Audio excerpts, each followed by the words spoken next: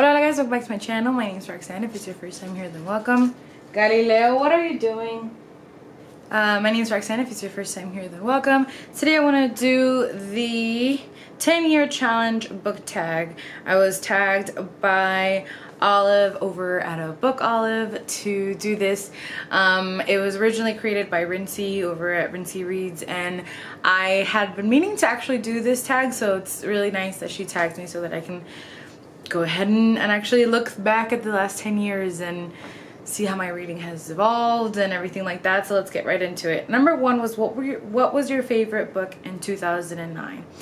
So in 2009 I was a junior in high school, and I believe that was the year I didn't have Goodreads back then, so I'm kind of just having to go back in my memory. I believe that was the year that we read Pride and Prejudice for school, and that immediately became one of my favorite books. It is still kind of tied with Harry Potter to be my favorite book of all time. So yeah, it was Pride and Prejudice, and it still remains to this day. What is your favorite book of 2019? The favorite book of 2019 for me, I think, has to be Cantoras by Carolina de Robertis.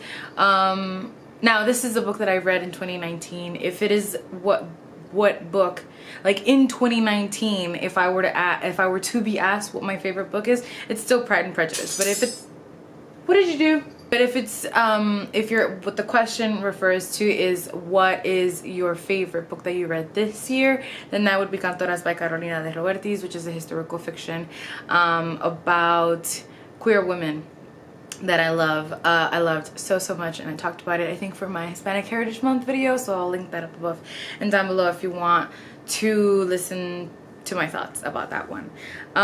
What was your least favorite book in 2009? In 2009 it was probably something by James Joyce.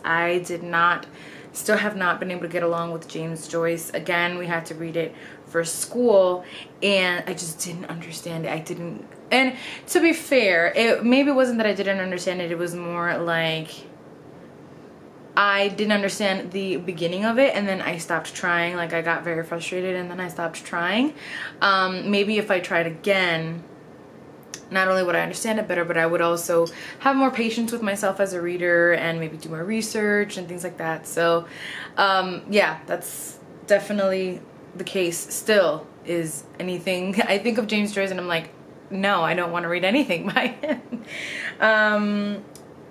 What is your least favorite book in 2019? Yeah, so that's still the case, James Joyce. I also one that I read this year that I didn't enjoy was one that, and it wasn't that I hated it or anything like that, I just didn't like it as much as I thought I was A Song of Achilles by Madeline Miller. And then another one that I actually DNF'd was The Matchmaker's List by Sonia Lally, which was it was a Pride and Prejudice, no, it wasn't a Pride and Prejudice retelling. It was just a contemporary romance that was going to be diverse, and I was really excited about it. But the character, I don't like how they're developed. I don't like their motivations. I don't like the fact that they lied about being queer in order to sort of escape what they felt was an uncomfortable situation, and instead sort of co-opted a way of being that is not their own, and I didn't gel with it at all.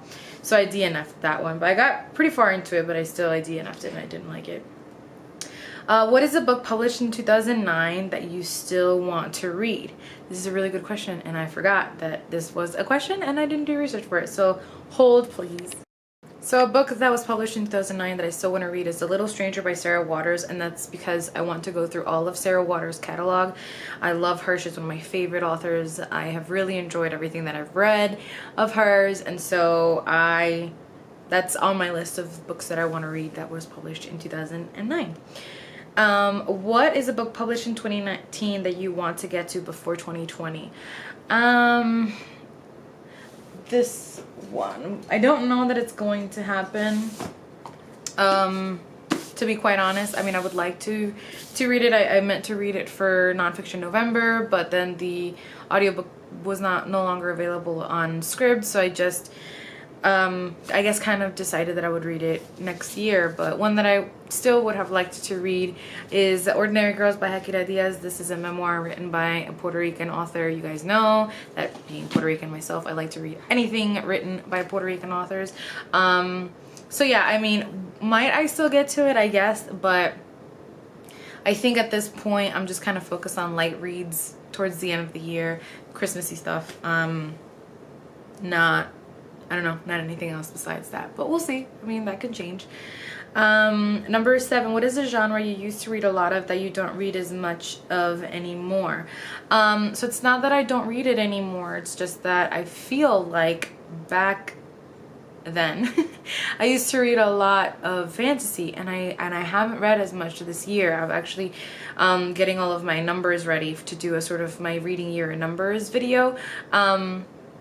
And I don't remember the exact number, but it just feels like I don't read as much fantasy as I used to, which is really upsetting because it is, when you ask me, it is one of my favorite genres and I really, really enjoy it. I just, for some reason, I don't know, feels like I haven't read as much lately. What is the genre you discovered since 2009? That would definitely be romance. It was one that I never really gravitated toward, and I guess in part it could have had something to do with the sort of stereotypes that surround the genre and this sort of like look down your nose at the genre, which is quite unfortunate because I've found some amazing books that I love so much that are romance, and I'm so glad that I picked it up and that I still read romance and that I plan to continue to do so sort of for the rest of my reading life. But it's definitely a genre that I have begun to love more recent, that I didn't much back in 2009. What is a reading or book habit you are hoping to leave behind in this decade? Really probably just buying more books than I know I'm going to read. Obviously, it's not that I want to stop buying books. I don't know that even I could stop myself from buying books, but I would like to read every year. At the beginning of every year, I always say that my main reading goal is to read as many books that are physically on my shelves as I possibly can. And throughout the year, it's always that I get kind of caught up with audiobooks that become available on Libby that I knew that I want to listen to, that maybe I don't already own, and I'll listen to them. And it just keeps a lot of these books on my shelves, on my unread shelves, for a really long time. So I want the turnover time from the time a book comes into my home and then is read to be a little bit shorter, and that's just a habit that I would really like to, after many years of trying, actually get into. Number 10, what is a new reading goal or habit you want to create in the upcoming decade? I don't know that it would be to create. It's more just to continue it, and that would be to continue to read as many Latin American authors as I can. I feel like they don't get enough attention. I feel like there's not enough of them published, and when they are, they're like out of print very quickly or things like that. We sort of continue to focus on the same authors, and I want to talk about different authors, and I want to broaden people's perspective and my own, and I want to continue to read them, and I want to do more focused book videos on them. So there is an idea that I have in my head about how I can sort of do a little bit more in-depth videos that are solely focused on one book.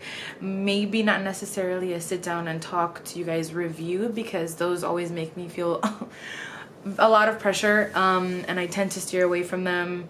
They get a lot of I can get a lot of negative comments on them, and I just, whatever.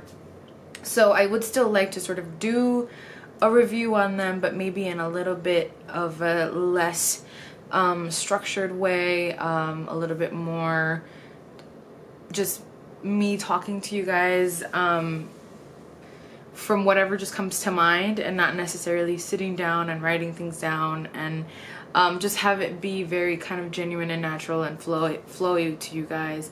So I'm thinking of some ideas of how I can do that, and I want to focus a lot on a lot of my Latin American TBR, and so hopefully that'll come in the next year. So that's kind of something that I am working on.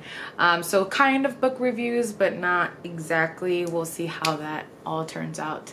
But yeah, that is the tag. If you liked it, feel free to do it and let me know that you have, so I can go check it out. Thank you to Olive for tagging me. Thank you to Rincey for creating it. And yeah, we're fastly approaching the new year. Hopefully this was a good year for everybody. If not, hopefully the next one is a much better one. As always, thank you for watching and for listening. I love you guys very much.